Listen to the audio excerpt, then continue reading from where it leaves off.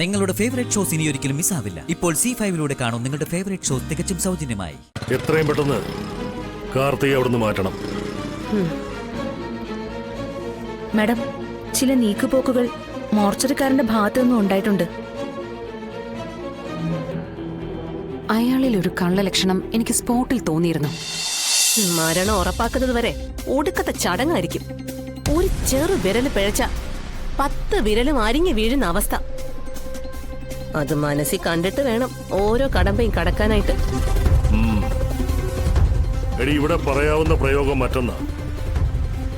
ഈ MA മലയാളം എടുത്തു നിൽക്കുന്നവനെ ഹരിശ്രീ എഴുതാൻ പഠിപ്പിക്കണ്ടല്ലോ. അവനത് ഉചിതം പോലെ വേണ്ട രീതിയിൽ കൈകാര്യം ചെയ്യും.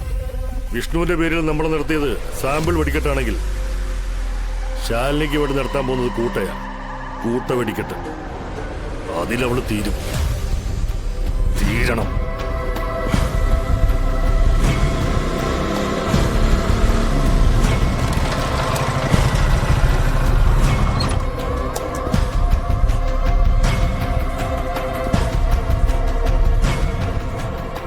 താനാ മോർച്ചറിയിലെ ജീവനക്കാരനല്ലേ? താനെന്താ ഇവിടെ? എന്റെ ജോലി പോവോ? അതെന്താ അങ്ങനെ ചോദിച്ചത്? ആ കളക്ടർ മാഡം വന്നിരുന്നു. മരിച്ച പെൺകുട്ടിയുടെ ബോഡിയെ കുറിച്ചൊക്കെ ചോദിച്ചു. എന്നിട്ട് താൻ വല്ലതും പറഞ്ഞോ? ഇല്ല, എനിക്കൊന്നും അറിയില്ല എന്ന് പറഞ്ഞു. പക്ഷേ നിങ്ങളെക്കുറിച്ചൊക്കെ എടുത്തെടുത്ത് ചോദിച്ചു.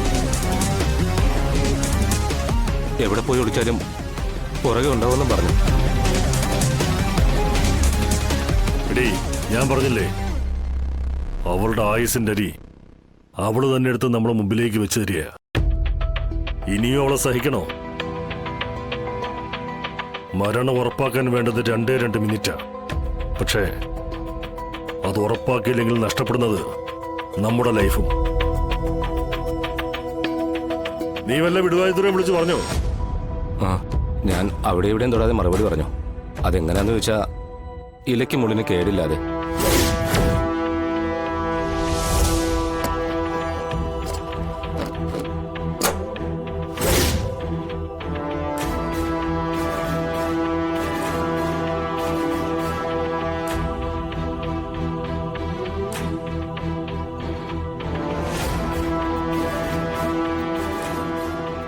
ഞാൻ ആരാണെന്ന് പറഞ്ഞു ബോധ്യപ്പെടുത്തണ്ടല്ലോ.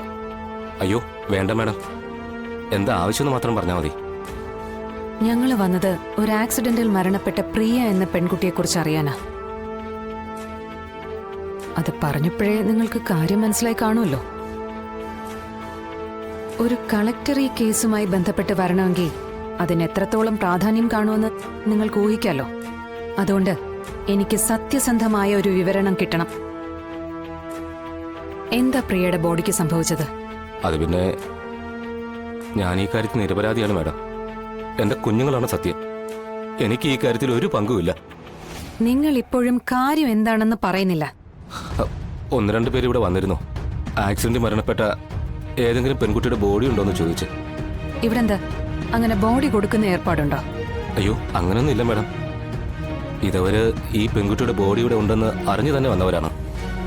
അത് ആരാണെന്ന് മനസ്സിലായോ? ആ ഇല്ല. ഈ കണ്ട പോലീസുകാരനാണെന്ന് തോന്നുമായിരുന്നു.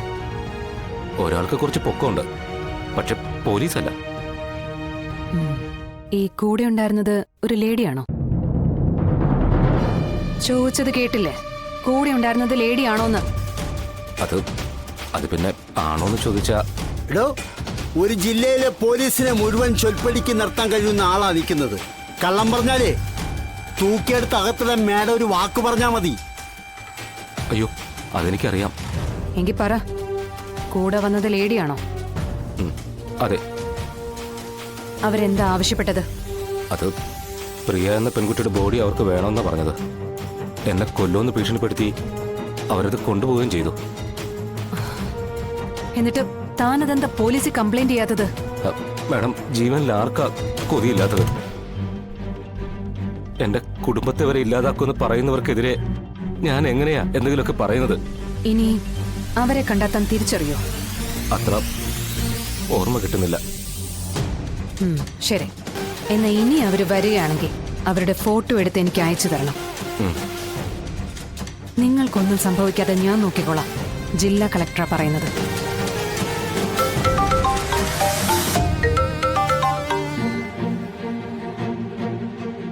പറഞ്ഞത് മനസ്സിലായല്ലോ.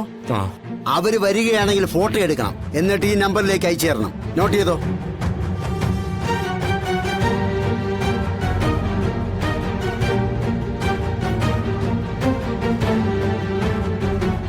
എനിക്കൊരാപത്തും ഉണ്ടാവരുത്. ഒന്നും സംഭവിക്കില്ല. കളക്ടറല്ലേ കൂടെ ഉള്ളത്. താൻ ധൈര്യമായിട്ടിരിക്കെ.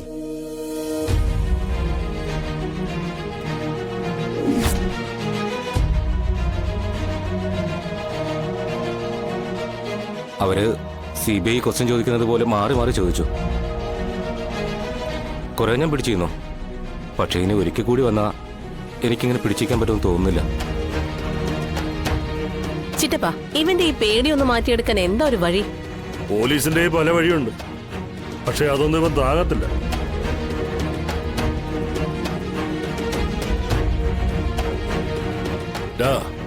ഞങ്ങൾ പറയുന്ന രീതിയിൽ കാര്യങ്ങൾ മുമ്പോട്ട് കൊണ്ടുപോയാൽ നിനക്കും ഗുണവാ, ഞങ്ങൾക്കും ഗുണവാ. അതല്ല കുരുത്തക്കേട് പരിപാടിയായിട്ട് ഇടങ്കോല് വെക്കാനാണ് നിന്റെ ഭാവമെങ്കിൽ കാണങ്കാലി ഞാൻ തല്ലി പിടിക്കും. പുതുകാല് വെട്ടി ഞാൻ ദൂരെ കളയും. പിന്നെ നീ ഞൊണ്ടിയെ നടക്കൂ. സാറേ, ഞാൻ എടി കൊച്ചേ, ഇവനാ സത്യവാചകം നല്ല വെടിപ്പാടെന്ന് ചൊല്ലിക്കൊടുക്കുക. ഇവന് ദഹിക്കുമെന്ന് നോക്കട്ടെ. ദഹിച്ചില്ലേ പറഞ്ഞാൽ മതി. ഞാനേ ഇവന് ദഹിക്കാനുള്ള നല്ല നാട്ടുമരുന്ന് പറഞ്ഞു കൊടുത്തോളാം. കളക്ടറും കൂട്ടരും വന്ന് ചോദിച്ചില്ലേ ബോഡി കൊണ്ടുപോയവരെ നിനക്ക് എപ്പ കണ്ടാലും തിരിച്ചറിയാൻ പറ്റുമെന്ന്? ഉവ്വ്, കണ്ടാ തിരിച്ചറിയാൻ പറ്റുമെന്നാ ഞാൻ പറഞ്ഞത്. ഞാൻ കുറച്ച് കാശ് നിന്റെ അക്കൗണ്ടിലേക്ക് ഇടാൻ പോകുക. അത് നീ ഉദ്ദേശിക്കുന്നതിനേക്കാൾ കൂടുതൽ കാശുണ്ടാകുമെന്ന് വെക്കാം. അങ്ങനെയെങ്കിൽ ആ ബോഡി കൊണ്ടുപോയവരെ ഇനി എവിടെയെങ്കിലും വെച്ച് കണ്ടാൽ നിനക്ക് തിരിച്ചറിയാൻ പറ്റുമോ? അതില്ല, മുഖം ഓർമ്മയില്ലെന്ന് പറയും. അപ്പൊ നിനക്ക് കാര്യങ്ങളൊക്കെ അറിയാം. ജീവിക്കണ്ടേ സാറേ? ജീവിക്കണം, പക്ഷെ കാശ് വാങ്ങി ചതിക്കാൻ നോക്കിയ അറിയാലോ തന്നെ. പിന്നാമ്പറം നോക്കി പിച്ചാത്ത് കയറ്റി ഞാൻ. അവർ ഇനിയും വരും. അപ്പൊ ഞങ്ങളെ കുറിച്ച് ഓർമ്മയില്ല. അതേ പറയാവൂ. ആ വിട്ടോ. ശരി സാറേ. ആ പിന്നെ നീ വീട്ടിലെത്തുന്നതിന് മുമ്പ് ക്യാഷ് അക്കൗണ്ടിൽ വന്നിരിക്കും. അല്ലേടി? പിന്നെ അല്ലാതെ. ഓ ആ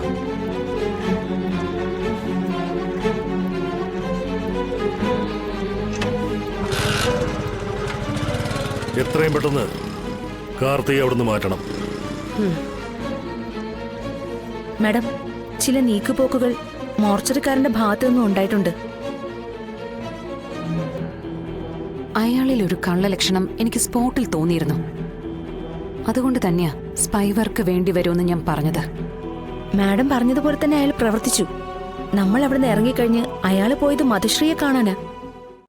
ഡൗൺലോഡ് ചെയ്യൂ C5 ആപ്പ്. കാണൂ എല്ലാ എപ്പിസോഡുകളും സൗജന്യമായി.